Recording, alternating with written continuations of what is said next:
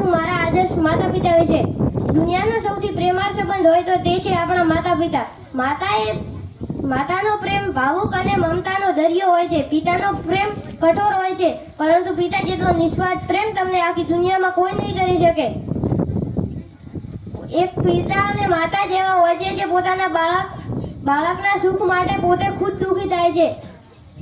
તેમનું આખું જીવન અને સર્વસ્વ છોડી પોતાના બેટા માટે આખી જિંદગી કુરબાન કરી દે છે.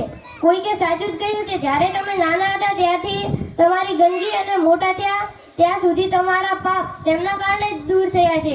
માતા પિતાના સંસ્કારથી જ બાળક એક શ્રેષ્ઠ બાળક બની શકે છે. એક વાક્ય છે, ભૂલો ભલે બીજું બધું મા બાપને ભૂલશો નહીં. આ વાક્ય એકદમ સાચું છે. આ પ્રેમ મેળવવા માટે ભગવાન શ્રી કૃષ્ણને પણ ધરતી પર જન્મ લેવો પડ્યો હતો. ભગવાન શ્રી કૃષ્ણએ ધરતી પર જન્મ તો લીધો, પણ પોતાની પાલકી માતા સાથે વધુ રહ્યા. પોતાની માતા સાચી માતા દેવકી જ્યારે તેમને મળી ત્યારે તેઓ રડી અને પોતાની માતાના પગમાં પડ્યા હતા. આપણને આ પ્રેમ સરળતાથી મળ્યો છે, તેના માટે આપણને તેની કિંમત સમજાતી નથી. ક્યારેક અનાથ આશ્રમના બાળકોને જઈને પૂછજો કે તમારા માતા પિતા તમારી સાથે હોત તો તમે શું કરત? તેઓ રડી જશે, પરંતુ તેનો જવાબ નહીં આપી શકે, કારણ કે આ પ્રશ્ન તમે પૂછ્યો જેવી રીતે છે. તેમનો જવાબ એવી રીતે આવવાનો હતો કે તેઓ શું કરત એવી રીતે નહીં, તેઓ શું ના કરત એવી રીતે.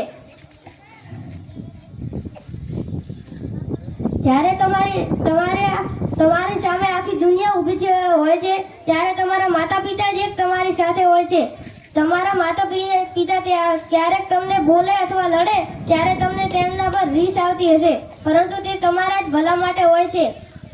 જ્યારે તમને આ બોલીની કિંમત સમજાશે ત્યારે તમારી સાથે યાદ જ હશે, માતા પિતા નહીં. ત્યારે તમને યાદ આવશે મારા માતા પિતા મારી સાથે હોત તો કેટલું સારું લાગત. અસ્તુ.